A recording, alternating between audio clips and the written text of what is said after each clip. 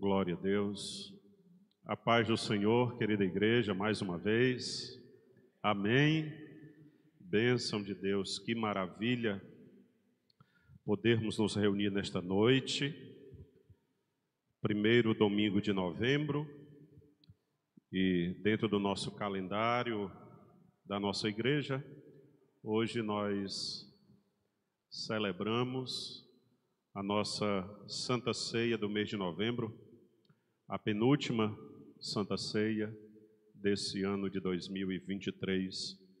Fico feliz pela presença de todos. Hoje também está acontecendo a prova, aconteceu, né? A prova do Enem. Muitos irmãos foram fazer esta prova, a gente percebe a ausência de alguns.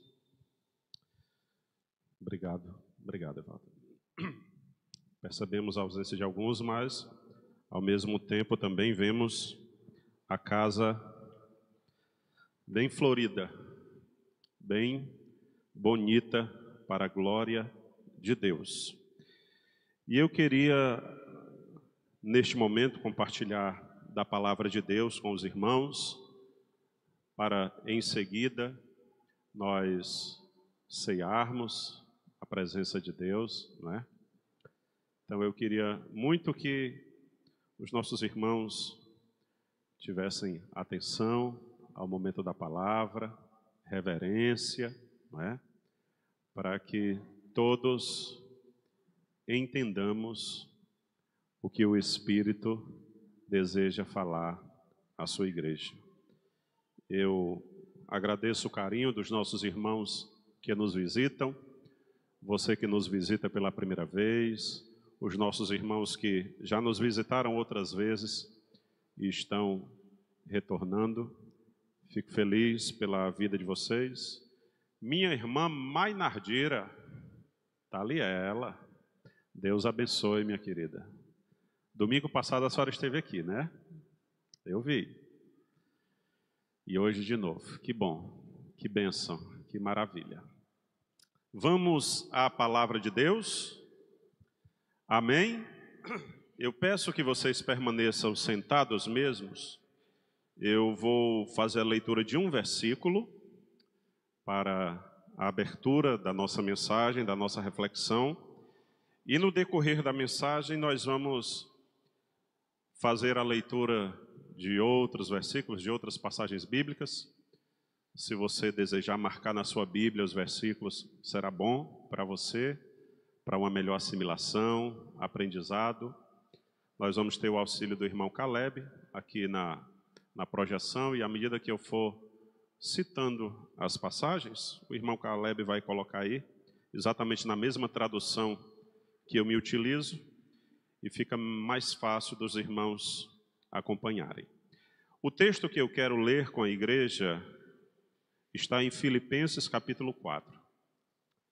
Filipenses capítulo 4 e o versículo 4. Filipenses 4, 4.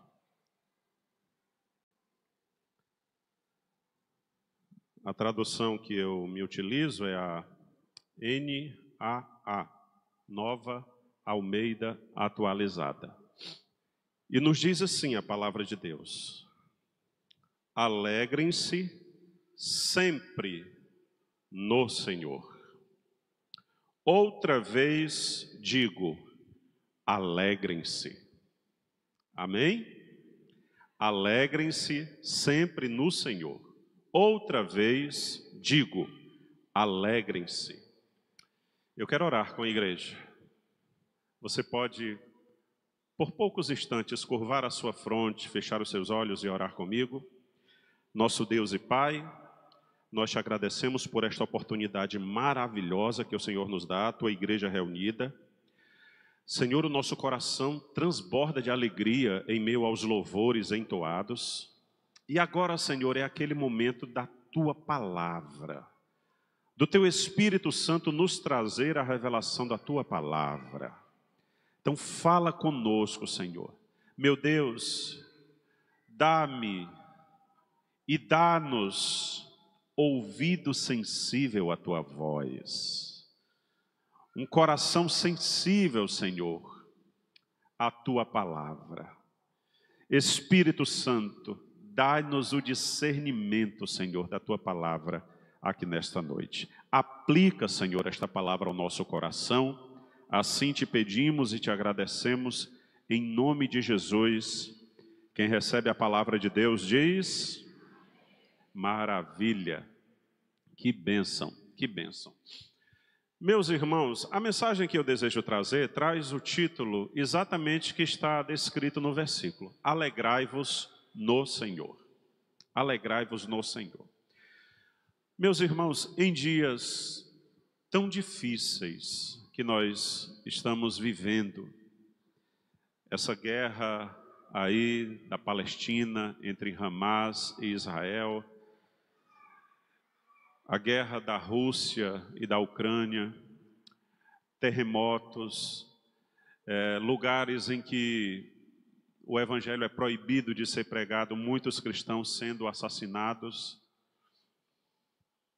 a corrupção, ela impera na nossa nação, a violência na nossa capital, e como se ainda não bastasse tudo isso, irmãos, nós estamos vendo o povo cativo de tristeza, de crises de ansiedade, de profunda depressão.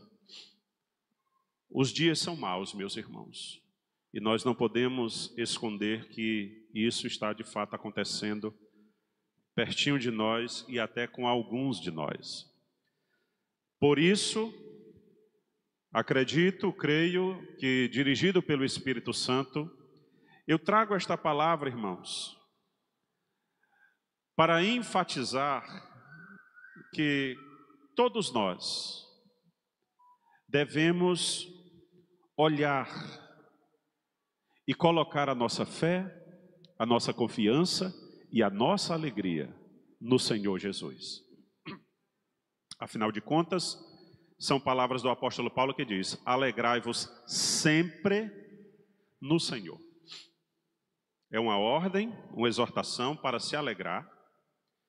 É uma ordem que ultrapassa a barreira circunstancial. Alegrai-vos sempre, independente das circunstâncias, sejam elas favoráveis ou não, mas nós devemos nos alegrar. E não é uma palavra de autoajuda.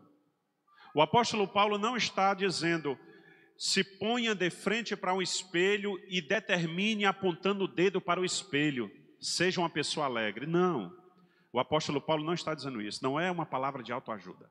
O apóstolo Paulo está dizendo: alegrai-vos sempre no Senhor Jesus. Ou seja, ele está exortando aquela igreja, no caso a igreja de Filipos, a colocar toda a sua fé, toda a sua esperança, toda a sua alegria em Deus. Então eu acredito, querida igreja, que para os dias em que vivemos, esta palavra, ela é poderosa, ela é valiosa, ela é pertinente. Então, irmãos, eu quero falar aqui a respeito de como Cristo e o seu amor inundou a vida do homem que escreveu esta frase, que foi o apóstolo Paulo. O próprio Cristo, com o seu amor infinito, abraçou, inundou de uma forma tão poderosa e maravilhosa a vida do homem que escreveu essas palavras, o apóstolo Paulo, que nós vamos perceber no decorrer aqui da minha fala, que mesmo nas piores agruras, mesmo nas situações mais desesperadoras, esse homem, inundado pelo amor de Jesus Cristo, ele continuava firme, perseverante e se alegrando no Senhor. Então, irmãos, é uma exortação para estarmos alegres, independente das circunstâncias, e para nós estarmos alegres no Senhor Jesus.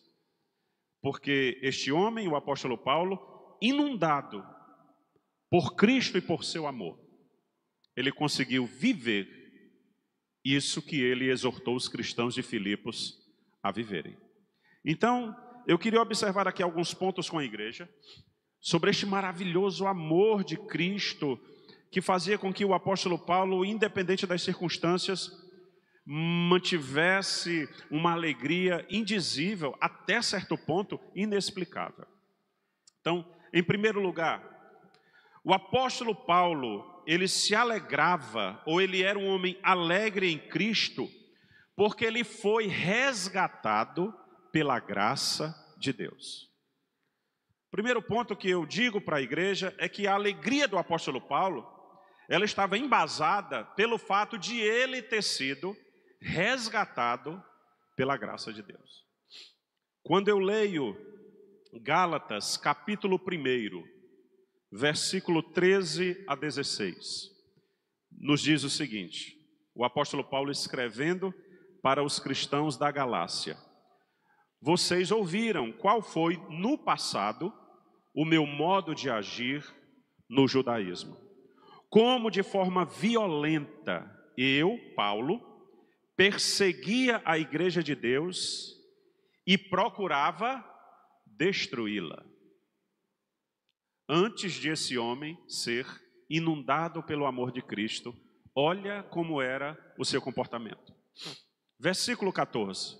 E na minha nação, dos judeus, dos hebreus, quanto ao judaísmo, eu levava vantagem sobre muitos da minha idade, sendo eu extremamente zeloso das tradições dos meus pais. Então, era um homem que tinha um desejo exagerado de destruir a igreja do Senhor, e ele era respeitadíssimo entre os seus. Mas olha o que esse homem fala no versículo 15. Mas quando Deus, que me separou antes de eu nascer, olha a consciência do apóstolo Paulo agora, depois de ser inundado pelo amor de Cristo. Em algumas traduções ele diz assim: quando Cristo me separou desde o ventre da minha mãe. Ele vai dizer: o Senhor me chamou por sua graça, o Senhor achou por bem revelar o seu Filho Jesus através da minha vida, para que eu, que antes procurava destruir a igreja, matava crente, prendia crente, mas agora que eu fosse um pregador entre os gentios, entre aqueles que não conhecem a palavra, e não fui nessa força consultar outras pessoas. E aí ele vai continuar dizendo que ele recebeu a revelação do próprio Senhor Jesus. Mas a ênfase que eu quero dar, irmãos, é que o apóstolo Paulo, depois de inundado pelo amor de Deus, ele tem a consciência de que ele foi resgatado pela graça. Ele diz quem ele era. Eu era um assassino, eu era um perseguidor, e os meus planos era destruir a igreja. Olhe como era a vida do apóstolo Paulo. Em 1 Timóteo, capítulo 1, do versículo 12 ao 14, nós também lemos. O apóstolo Paulo escrevendo para o jovem pastor Timóteo: dou graças a Cristo Jesus, nosso Senhor, que me fortaleceu e me considerou fiel, designando-me para o ministério. A mim, diz o apóstolo Paulo. Se eu fosse fazer a tradução, Flauber Mendes eu dizia: logo eu, que no passado, antes de Jesus me resgatar, eu era blasfemo, eu era um perseguidor e insolente, mas alcancei misericórdia, pois eu fiz isso na minha ignorância, na minha incredulidade. E mesmo eu, ignorante, incrédulo, perseguidor da igreja, perseguidor de crente, transbordou, porém, a graça de nosso Senhor Jesus, com a fé e o amor que há em Cristo Jesus. Meus irmãos, por que que o apóstolo Paulo se alegrava? Porque ele tinha consciência de quem ele era, do que ele praticava, do que ele fazia, e mesmo assim, o Senhor o amou, o Senhor o resgatou. De perseguidor da igreja, o Senhor transformou ele em o maior missionário que a igreja do Senhor Jesus já viu. ao ponto de o Novo Testamento ter nos seus 27 livros, se não me falha a memória, 13 foram escritos pelo apóstolo Paulo. Então por que esse homem se alegrava? Porque ele sabia quem ele era, o que ele foi, e como Jesus, por misericórdia e graça, foi buscar ele e transformou ele num pregador do Evangelho. Meus irmãos, diante de dias tão difíceis que nós vivemos, eis aqui uma razão para eu, para você, para nos alegrarmos do Senhor. Porque talvez, há muitos aqui, acredito que a maioria, não foi como Paulo. Você não foi perseguidor da igreja, você não foi blasfemo, você... Não. Alguns tinham algum vício, outros não tinham vício nenhum, mas também não tinham razão de viver, não sabia nem o porquê tinha vindo a esse mundo, quando de repente a luz do Evangelho brilhou sobre a tua vida. O Senhor Jesus resolveu se revelar para você. E o Senhor te tirou. O Senhor te resgatou. O Senhor, por graça, bondade e misericórdia, te trouxe para essa nova vida. E você acha, meu irmão, que Jesus te deu essa nova vida para você viver igualzinho à anterior? De forma nenhuma. Foi para haver uma transformação, foi para haver uma grande mudança, mas principalmente para colocar sobre a tua vida a salvação que há somente em Cristo Jesus, nosso Senhor. Você é um salvo, você é um lavado, você é um remido pelo sangue de Jesus. Alegre-se no Senhor. Alegre-se no Senhor. Mas em segundo lugar, o apóstolo Paulo se alegrava, pois ele era constrangido pelo amor de Cristo. O Senhor foi resgatar este homem, o Senhor salvou esse homem, e Jesus Cristo derramou sobre ele, irmãos, como ele diz, escrevendo a Timóteo, um amor transbordante. É tanto que ele escreve aos Filipenses e diz atrevidamente: onde o pecado abundou, superabundou a graça. E ele sente na sua vida essa superabundância da graça de Cristo e do amor de Cristo, ao ponto de, em uma de suas cartas, aqui ele escreveu aos Gálatas, ele diz assim, o finalzinho do versículo 19, o finalzinho, não ele todo, diz assim: já estou crucificado com Cristo. Aí ele inicia o versículo 20. Logo, já não sou eu quem vive, mas Cristo vive em mim. E esse viver que agora tenho na carne, vivo pela fé no Filho de Deus, que me amou e se entregou por mim. Olha isso, irmãos. Ele diz, a minha vida não é mais minha. Cristo agora vive em mim. E esse viver que eu tenho nessa carne, eu vivo agora pela fé no Filho de Deus. E ele diz assim, mas não é um viver fanático, não é um viver qualquer, não é um viver por uma escolha aleatória. A minha vida hoje é nova, e é dessa forma, ele diz, por causa do Filho de Deus. Aí ele vai dizer, que me amou. Agora, eu abro um parêntese. O que foi que nós falamos no ponto anterior? Quem era Saulo? Assassino, perseguidor, destruidor da igreja. E o que foi que Cristo fez com ele? Amou. E ele diz, me amou e se entregou por mim. Então eu me alegro, porque o meu Senhor Jesus Cristo, ele transbordou em mim e eu tenho agora uma alegria indizível. E ele vai nos falar, irmãos, em 2 Coríntios capítulo 5, versículo 14. Ele diz assim, olha, o amor de Cristo, na minha tradução diz assim, porque o amor de Cristo nos domina. Nas traduções mais antigas diz assim, porque o amor de Cristo nos constrange. É tanto amor, é tanta graça, é tanta misericórdia, que eu me sinto constrangido a viver para Ele, a viver por Ele, a viver conforme a vontade dEle. A alegria do apóstolo Paulo, irmãos, é porque ele era constrangido pelo amor de Deus.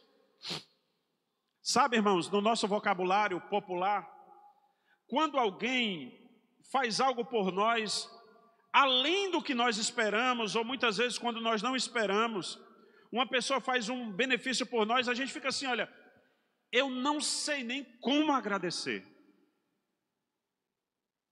Você está tão constrangido, positivamente falando, pelo bem que a pessoa lhe fez, por algo que a pessoa fez por você, que você se sente constrangido, dominado por um sentimento de, quando eu tiver a oportunidade de retribuir esse bem, eu farei.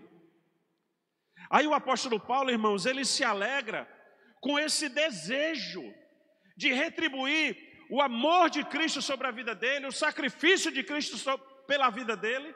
Então ele diz, porque o amor de Cristo nos constrange ou nos domina, porque reconhecemos isto. Jesus Cristo morreu por todos. Logo, todos morreram. E ele, Cristo, morreu por todos, para que os que vivem não vivam mais para si mesmos, mas para aquele que por eles morreu e ressuscitou. Assim que nós, aleluia, daqui por diante, a ninguém conhecemos segundo a carne. E se antes conhecemos Cristo segundo a carne, já agora não conhecemos deste modo. E assim, se alguém está em Cristo, é nova criatura. As coisas antigas já passaram. Eis que tudo se fez novo. Por que o apóstolo Paulo, ele tinha essa autoridade para dizer, alegrai-vos sempre no Senhor? Porque este homem vivia esta vida de alegria em Cristo. Ele se sentia constrangido, irmãos, por tudo que Cristo havia feito por ele.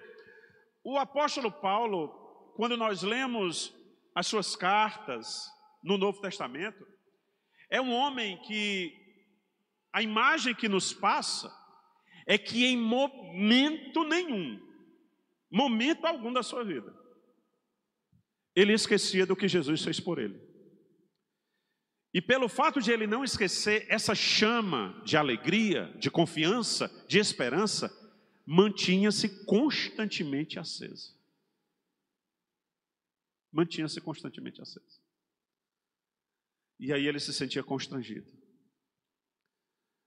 Queridos irmãos, eu acredito que todos nós precisamos aprender. Irmão, Jesus, Ele nos amou.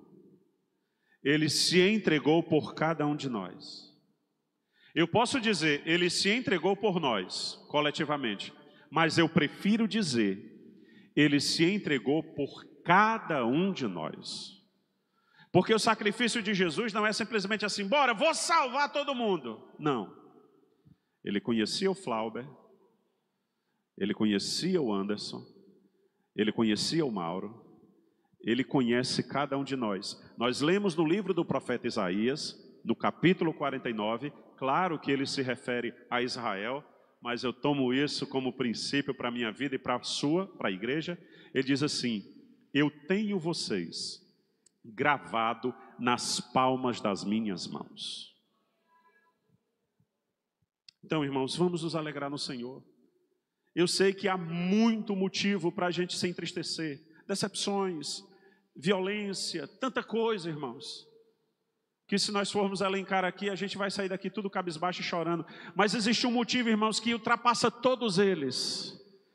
Cristo Jesus, a esperança da glória. Quando nós olhamos para Ele, nós não somos confundidos. Quando nós confiamos nele, nós não somos decepcionados. Pelo contrário, somos revigorados, somos reanimados, somos fortalecidos e seguimos a nossa caminhada. Alegrai-vos no Senhor. Mas em terceiro lugar, querida igreja, a alegria do apóstolo Paulo em Jesus fazia com que ele colocasse Cristo acima de tudo em sua vida. O apóstolo Paulo era um homem tão cheio da alegria do Senhor. Cristo, irmãos, transbordou na vida do apóstolo Paulo de uma maneira. E talvez eu ou você pensemos assim, e por que não na minha do mesmo jeito? E eu me atrevo a dizer, na sua do mesmo jeito, na minha do mesmo jeito. O problema, irmãos, eu acredito que na verdade somos nós. Nós é que não damos a devida atenção às coisas que Jesus Cristo faz na nossa vida e não damos a devida atenção ao próprio Cristo. O apóstolo Paulo, ele entendeu todo esse amor. E ele entendeu de uma forma tão exuberante, tão maravilhosa, irmãos, que ele colocou Cristo acima de tudo. Tudo. A ponto de ele dizer, o morrer para mim é Cristo. O viver para mim é Cristo. O morrer é lucro. Era um homem inundado pela alegria de Cristo. E o Senhor Jesus Cristo está nesta noite, na graça, na unção do Espírito Santo, derramando esta alegria sobre as vidas aqui. Irmãos, eu vejo tantos pregadores, erroneamente, dizendo que você tem que determinar, porque a sua palavra tem poder. Irmão, na minha palavra não tem poder, na palavra de Jesus tem poder. Eu peço em nome de Jesus, e aqui vai um pouco de doutrina, tenham cuidado com essas pregações que mandam você andar determinando, irmão. Tenham cuidado. Tenham cuidado. Alguns colegas erroneamente pregando a palavra dizem, você tem que andar determinando. Olha, a Bíblia diz que aonde colocar a planta do meu pé vai ser minha. Tenham cuidado. Confie no que Jesus tem para você. Confie no que Jesus tem para você. Irmão, porque o que Cristo tem para você é uma promessa certa. É uma promessa certa. Se abrace com a promessa de Jesus sobre a tua vida. Cuidado, irmãos. Eu peço encarecidamente, cuidado com determinadas pregações triunfalistas. Cuidado. Pode estar enganando o seu coração e pode estar enganando a você. Pode estar prometendo a você algo que Deus não prometeu. Os irmãos estão me entendendo? Vá pela Bíblia. Não dá errada não. Vá pela Bíblia. Cuidado com essas pregações de autoajuda. Irmãos, que é só o que a gente está vendo. Na internet está recheada de pregações que aliviam e animam o nosso ego, mas que não humilham a nossa carne. E nós precisamos ter muito cuidado. O apóstolo Paulo, irmãos, ele estava tão inundado pelo amor de Deus, que ele colocou tudo acima de Cristo. Olha o que eu leio em Filipenses capítulo 3, versículo 4. Filipenses capítulo 3, versículo 4. O apóstolo Paulo, ele vai falar um pouco do currículo dele. Depois que ele apresenta o currículo dele, veja como ele fecha a conta. Ele diz assim, olha, é verdade que eu também poderia confiar na minha carne, no meu currículo, na minha intelectualidade. Se alguém pensa que pode confiar na carne, aqui ele está se referindo a alguns maus obreiros que estavam invadindo ali a cidade de Filipos, deturpando o evangelho. E o apóstolo Paulo está se referindo a eles. Ele diz, se alguém pode se confiar na carne, se alguém pode se autoproclamar isso ou aquilo, eu ainda mais. Ora, aí ele começa a falar quem era ele.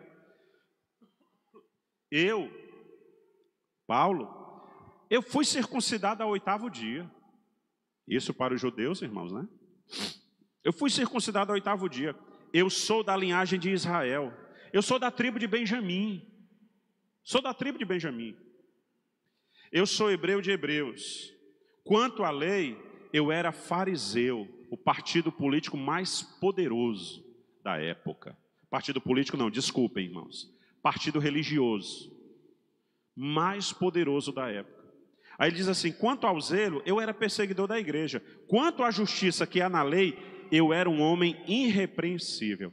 Irmãos, para um judeu, ler esse currículo do apóstolo Paulo, era como se hoje um homem, um profissional, uma mulher profissional, fosse se apresentar para uma vaga de emprego numa determinada empresa, e quando a pessoa ali do RH pegasse o currículo, dependendo da especialidade, né, para o que era o cargo, formado em administração, com doutorado nisso, naquilo outro, experiências numa determinada empresa, quando a pessoa olhava o currículo assim, chega, o queixo caía. Não, mas, meu Deus, a vaga já é sua. Você é o profissional que nós estamos precisando. Tanto você é capacitado, teoricamente, com todos os seus cursos, as suas formações, como com experiência. E a empresa onde você tem essa experiência, pronto, é mais ou menos isso. Mas aí o apóstolo Paulo, com todo esse currículo, o que é que ele diz no versículo 7?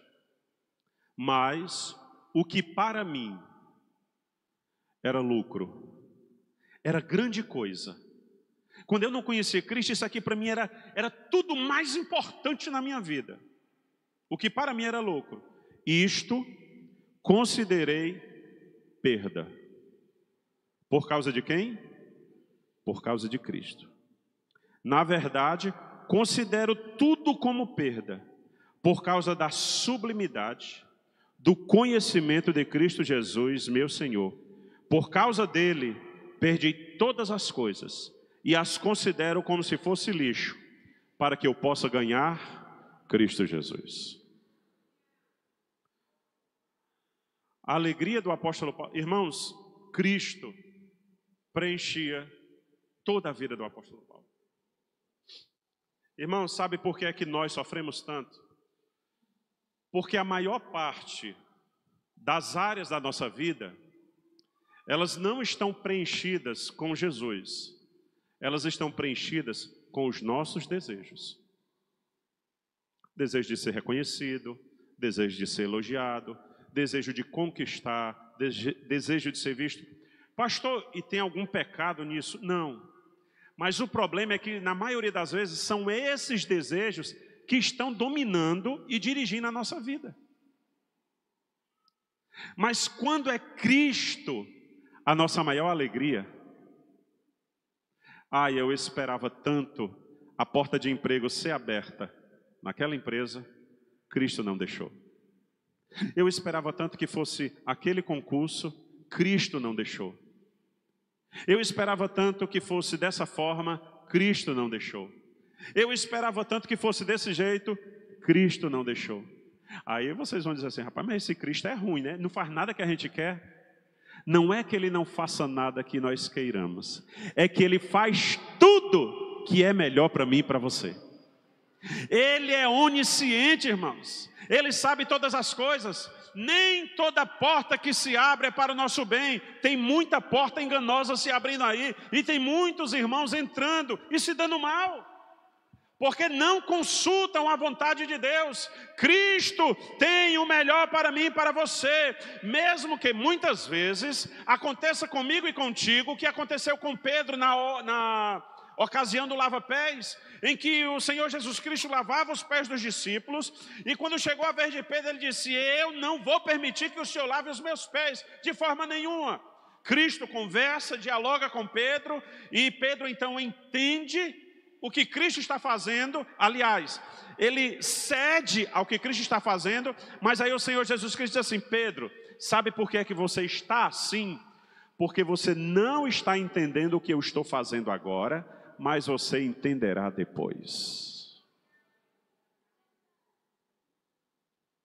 Então, se a porta fechou, se o plano não deu certo, se o teu castelo de areia, a onda veio e levou, mas a tua vida não está nas mãos de Cristo?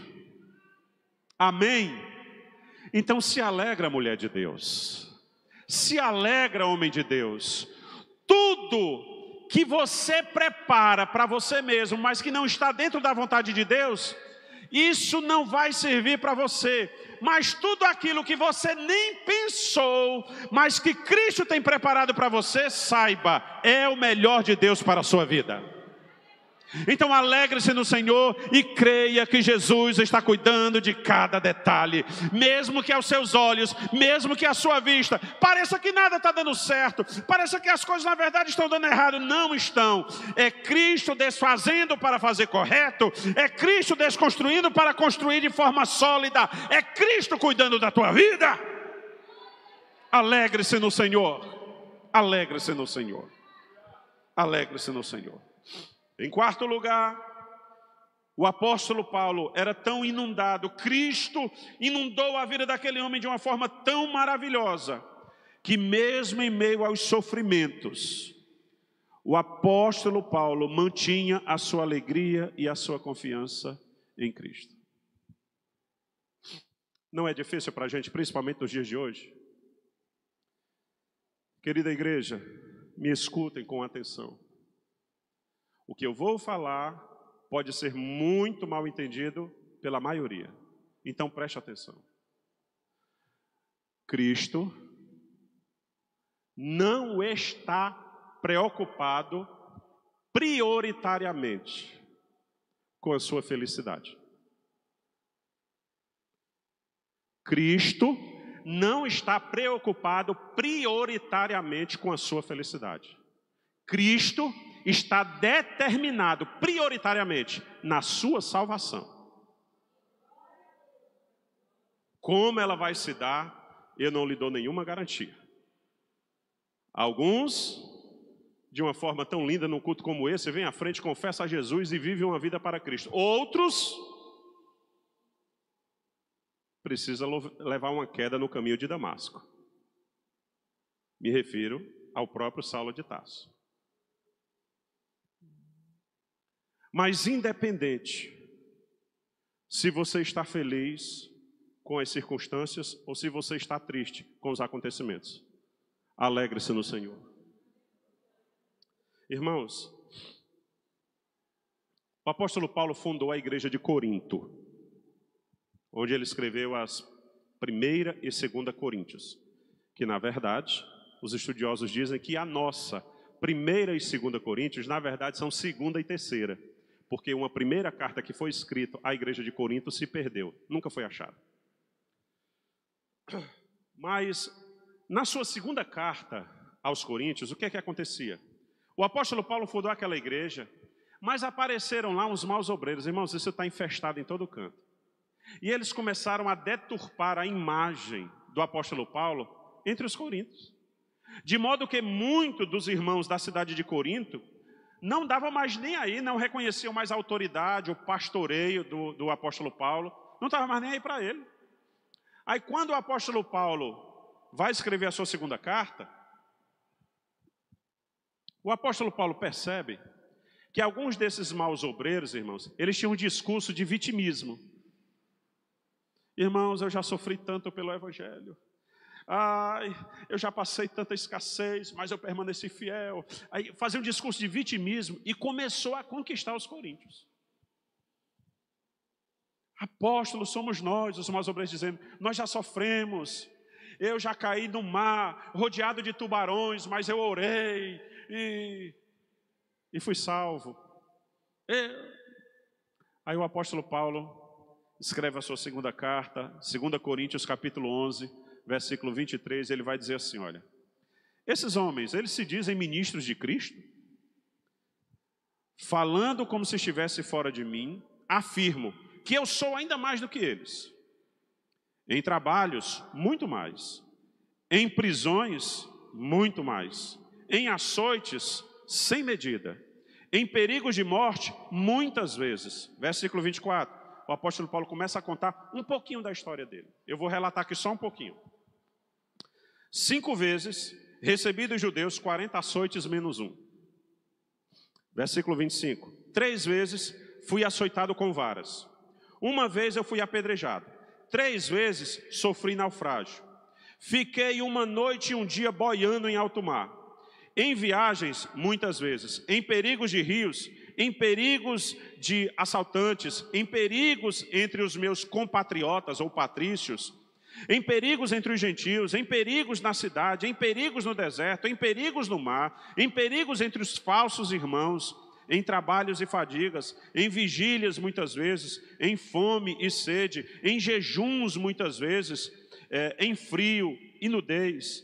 Além das coisas exteriores, circunstâncias que me cercam, ainda pesa sobre mim diariamente a preocupação com todas as igrejas.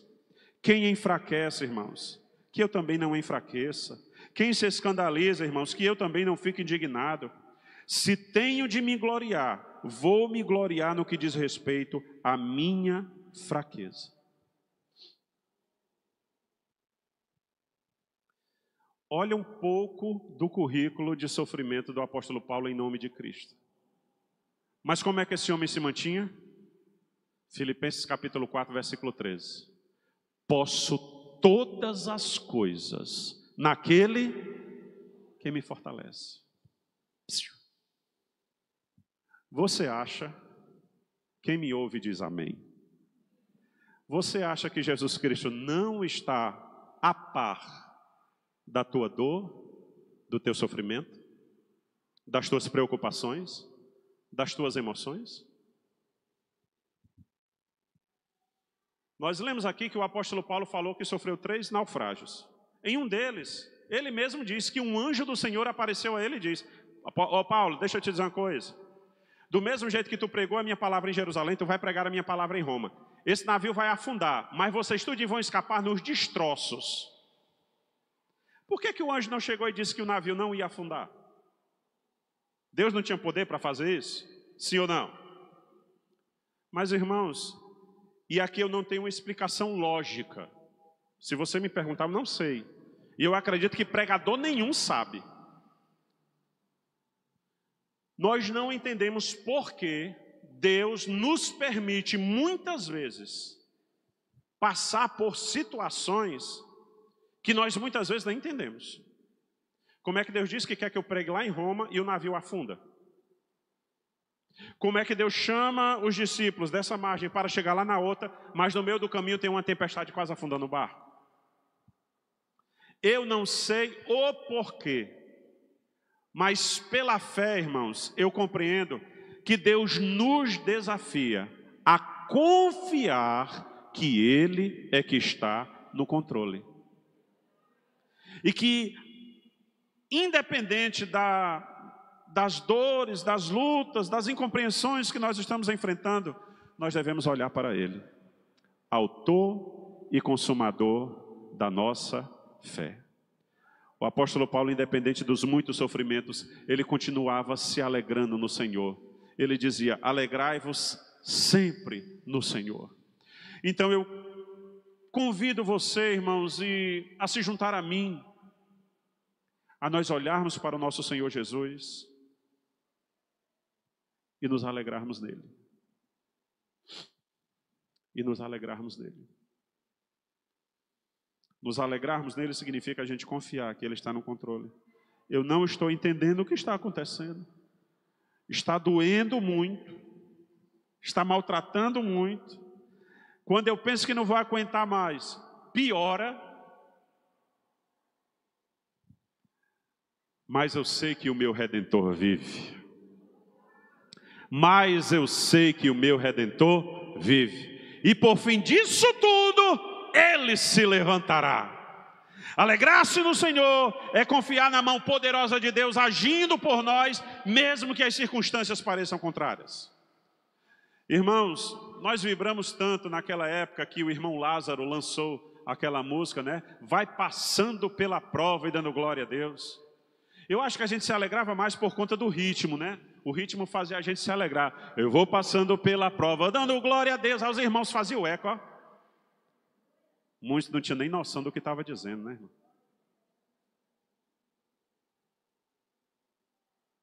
Como é que a gente dá glória na prova? A gente não dá glória na prova, irmão, aprendendo com a música. A gente dá glória na prova aprendendo com a palavra. Quando a gente aprende com a palavra, irmão, a gente entende que Deus está no controle da situação. Mesmo que nós estejamos sofrendo. Mas o amor de Cristo nos constrange. O amor de Cristo nos inunda. O amor de Cristo banha o nosso coração, banha o nosso intelecto, banha toda a nossa vida. Irmãos, não dá para entender Um homem pregando a palavra de Deus. E enquanto ele pregava a palavra de Deus, a Bíblia diz que os homens que assistiam à pregação rangiam os dentes com pedras nas mãos. E quando aquele homem começou a pregar de forma mais enfática, revelando o Cristo para aquela multidão, eles começaram a atirar pedras.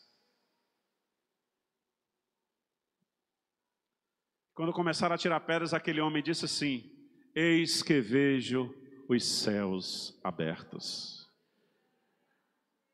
E o Filho de Deus, à sua destra, de braços abertos.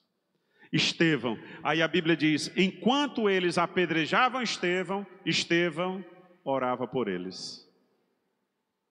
Dá para entender isso? Enquanto apedrejavam Estevão orava por eles. Estevão aprendeu isso de quem, irmão? Quem foi que pendurado numa cruz orou por aqueles que o estavam crucificando? Jesus. Pai, perdoa-lhes, não sabem o que fazem, não sabem o que dizem.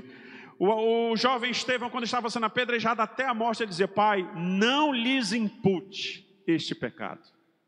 Mesmo no meio do sofrimento, glorificava o nome do Senhor. Irmãos, isso é uma realidade totalmente avessa ao que nós estamos vendo hoje. O casamento está em crise, ou o marido ou a esposa chega e diz: pastor, eu quero divórcio. Irmã, vamos batalhar pelo seu casamento. Não, pastor, eu estou infeliz nesse casamento. Eu tenho certeza que Deus não quer que eu seja infeliz. E eu digo: de onde você tirou isso, minha querida? Deus, irmãos, Ele quer que nós sejamos fiéis a Ele, independente da situação. O teu casamento não é para ser resolvido com divórcio. O teu casamento é para ser resolvido com Cristo. A tua vida não é para ser resolvida com uma corda no pescoço, com uma bala na cabeça, com um corte nos punhos. A tua vida tem uma solução e o nome dela é Cristo, a esperança da glória. Cristo tem nova vida, Cristo tem nova história, Cristo tem a salvação, Cristo tem o remédio, Cristo é tudo em todos. Ele é a salvação. E agora, meus irmãos, eu me encaminho para o último lugar da nossa mensagem. Em quinto lugar, por que o apóstolo Paulo conseguia se alegrar? Como é que esse homem, preso, ele escreve uma carta de dentro da prisão para uma igreja e diz: alegrai-vos sempre no Senhor. Peraí, não era para ser o contrário? Não era para quem estava solto escrever a carta e dizer: Paulo, tenha paciência, vai dar tudo certo, nós estamos orando. Mas não, é o apóstolo Paulo que dentro da cadeia escreve a carta e está lá escrito: alegrai-vos sempre no Senhor. E por quê? O apóstolo Paulo mantinha a sua alegria e confiança no Senhor, porque ele tinha plena convicção de que ele seria recebido na glória. Ele tinha convicção de que ele seria recebido na glória. Irmãos, nas suas orações, alguém me ouve? Peça para Deus aumentar a sua fé.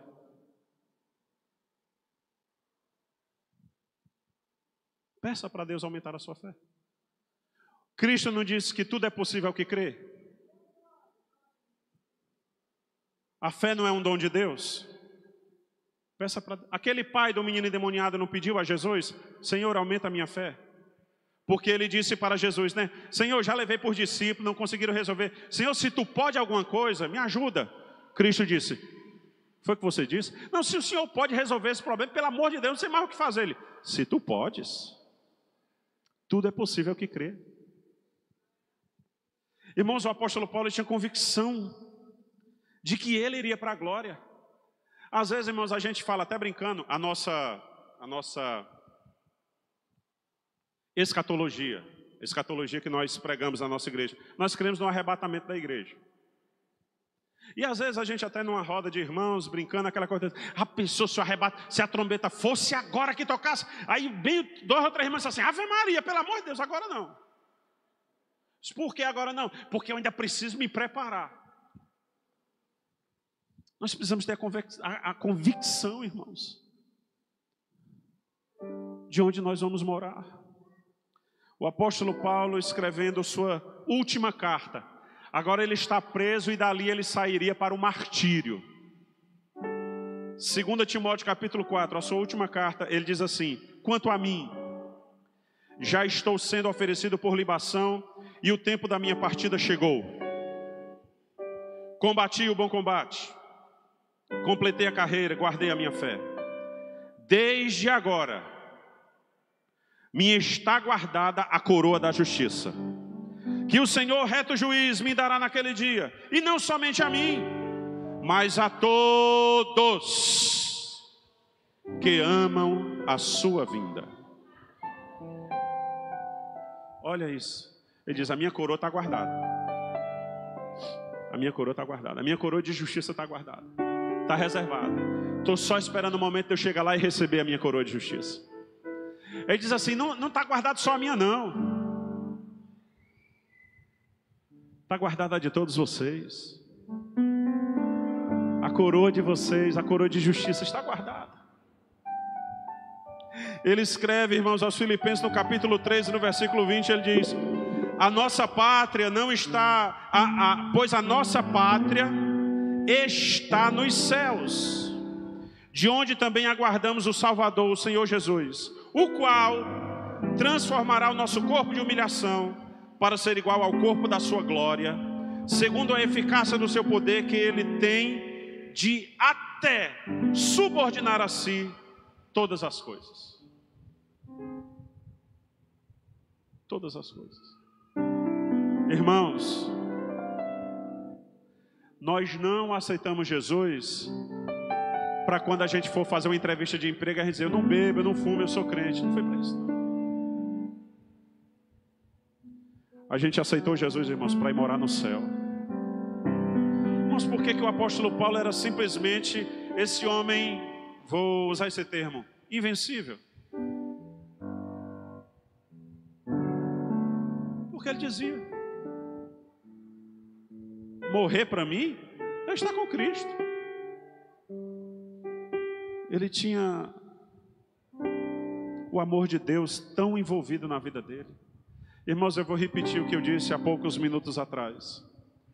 Por que nós não conseguimos ainda provar essa alegria? Porque algumas áreas da nossa vida estão sendo ainda dominadas pelo nosso desejo, pela nossa carne. Mas quando nós consagrarmos tudo, irmão, ao Senhor, irmãos, uma alegria indizível, inexplicável,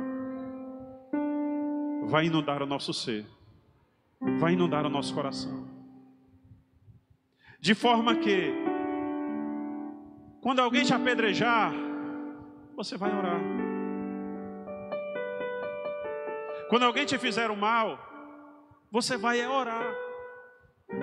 Ei, o senhor está falando com a pessoa errada. Não. Quando o nosso coração está cheio, irmãos, da alegria de Cristo, alegrai-vos sempre no Senhor. Irmãos, tudo perde o valor. Tudo. Tudo. Porque Cristo se torna o Rei da nossa vida. E é isso exatamente que Cristo quer ser.